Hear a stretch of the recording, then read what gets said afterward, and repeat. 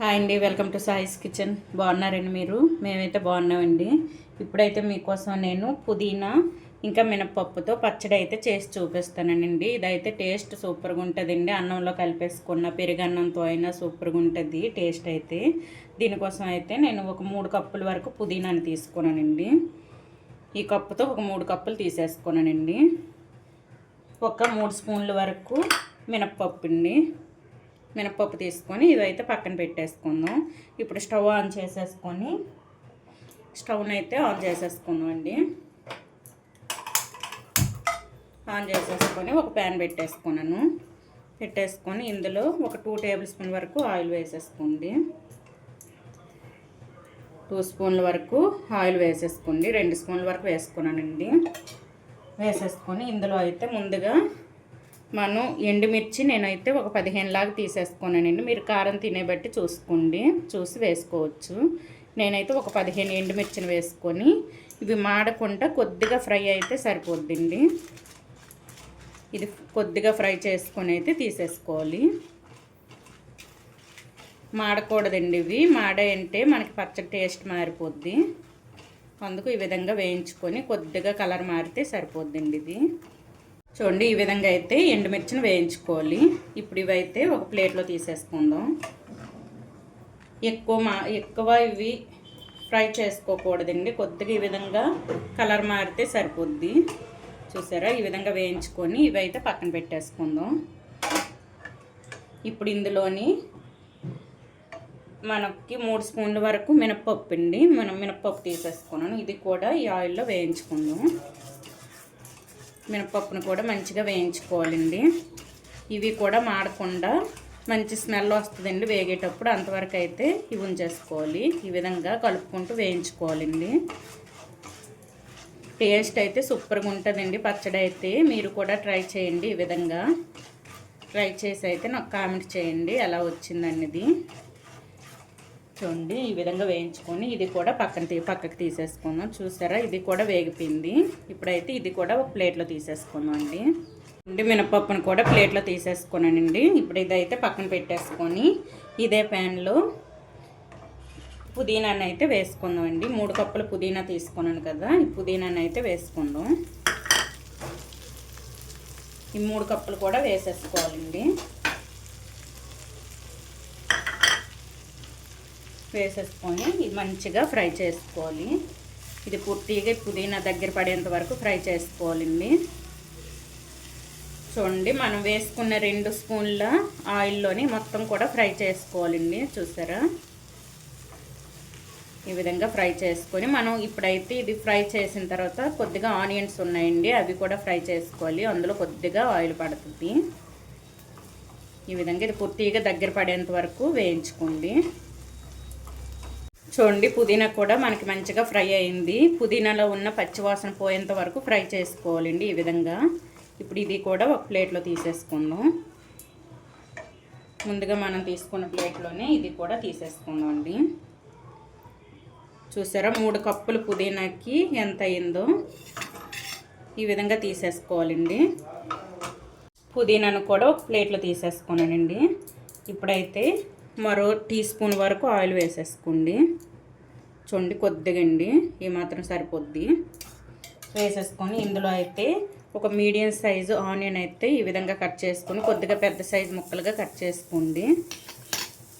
ఈ విధంగా వేసేసుకొని ఇందులో అయితే ఒక 10 వెల్లుల్లి రెబ్బలను అయితే వేసుకుంటానండి. వేసేసుకొని ఇవి అయితే మంచిగా వేయించుకుందాం. ఈ టీ స్పూన్ ఆయిల్లోనే ఇవి వేయించుకోవాలండి. కొద్దిగా కలర్ మారేంత వరకు వేయించుకుందామండి. ఇందులోనే కొద్దిగా కరివేపాకు వేసుకుందాం. ఇప్పుడు మొత్తాన్ని కూడా మంచిగా ఫ్రై చేసుకోవాలి. ఇవి బ్రౌన్ కలర్లో వచ్చేంత వరకు ఫ్రై చేసుకోవాలండి. చూడండి, ఈ విధంగా ఆనియన్స్ అయితే వేగాలండి. ఇప్పుడు స్టవ్ను ఆఫ్ చేసేసుకుందాం. ఆఫ్ చేసేసుకొని ఇవైతే వేరే ప్లేట్లో వేసుకుందాం అండి. ఈ ఆనియన్స్ ఇంకా వెల్లుల్లి రెబ్బలు ఇవన్నీ కూడా ఇవి వేరే ప్లేట్లో వేసేసుకోవాలి. ఈ విధంగా వేసేసుకోవాలండి. చూడండి మనకు ఆనియన్స్ వేగేలోపు అయితే ఇవి చల్లబడ్డాయండి. ఇవైతే మిక్సీ పట్టుకుందాం. ముందుగా అయితే ఈ 3ని మిక్సీ పట్టుకోవాలండి. ఎండుమిర్చి, ఇంకా మినప్పప్పు, పుదీనా ఈ 3 కూడా మిక్సీ పట్టుకోవాలి. ముందుగా ఎండుమిర్చిని వేసుకుందామండి. తర్వాత పుదీనా ఇంకా మినప్పప్పుని అయితే వేసుకోవాలి. ఈ విధంగా వేసేసుకొని ఇందులో కొద్దిగా ఉప్పుని వేసుకుందామండి. కల్లుప్పు అయితే వేసుకుందాం. పచ్చడికి సరిపడా కల్లుప్పుని అయితే వేసేసుకోండి. మీ దగ్గర సాల్ట్ ఉన్నా వేసుకోవచ్చండి. కల్లుప్పు వేయడం వల్ల టేస్ట్ కూడా బాగుంటుంది.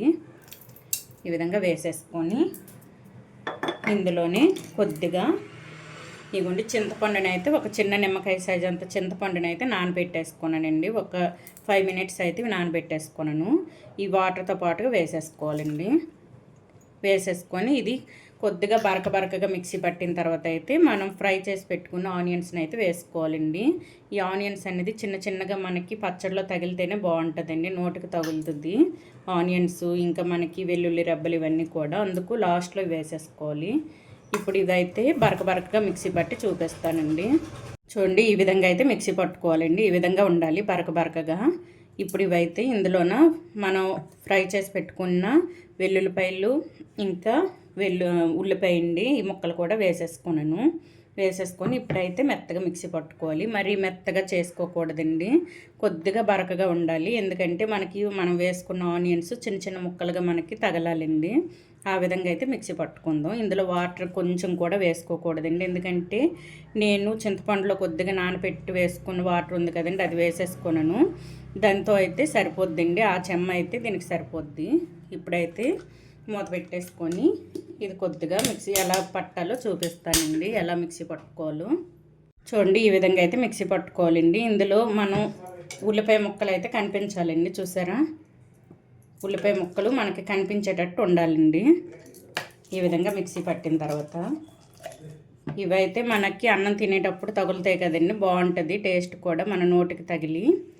ఇప్పుడు ఈ పచ్చడిని అయితే ఈ విధంగా అయితే మిక్సీ పట్టుకోవాలండి. మరీ పలచగా కలిపేసుకోకూడదు, ఇది మిక్సీ పట్టుకోకూడదండి. చూడండి ఈ విధంగా అయితే ఉండాలి మనకు పచ్చడి.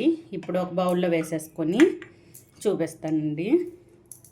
ఒక బౌల్లో అయితే మొత్తం కూడా తీసేసుకుందాం.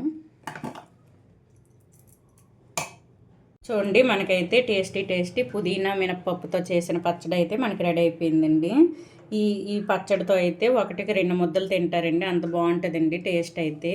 మీరు వేడివేడి అన్నంలో కొద్దిగా నెయ్యి వేసుకొని పచ్చడి వేసుకొని తినండి, సూపర్గా ఉంటుంది. పెరుగన్నంతో అయినా సరే బాగుంటుందండి పచ్చడి అయితే. ఈ విధంగా చేసేసుకోండి. చూడండి మనకైతే ఈ విధంగా వస్తుందండి. ఇంకా పలచగా కావాలంటే కొద్దిగా వాటర్ వేసుకోవచ్చండి. మీకు ఈ విధంగా కావాలంటే అసలు వాటర్ కూడా వేసుకునే అవసరం లేదు. మనం చింతపండుని నానబెట్టి ఉంచేసుకున్న వాటరే సరిపోయిందండి ఇందులో అయితే. ఈ విధంగా అయితే చేసేసుకోండి. ఈ పుదీనా మినపప్పుతో చేసిన పుదీనా పచ్చడి రెసిపీ కనుక మీకు నచ్చినట్లయితే లైక్ చేయండి, షేర్ చేయండి, నా ఛానల్ను సబ్స్క్రైబ్ చేసుకోండి. ఓకే, బాయ్ అండి.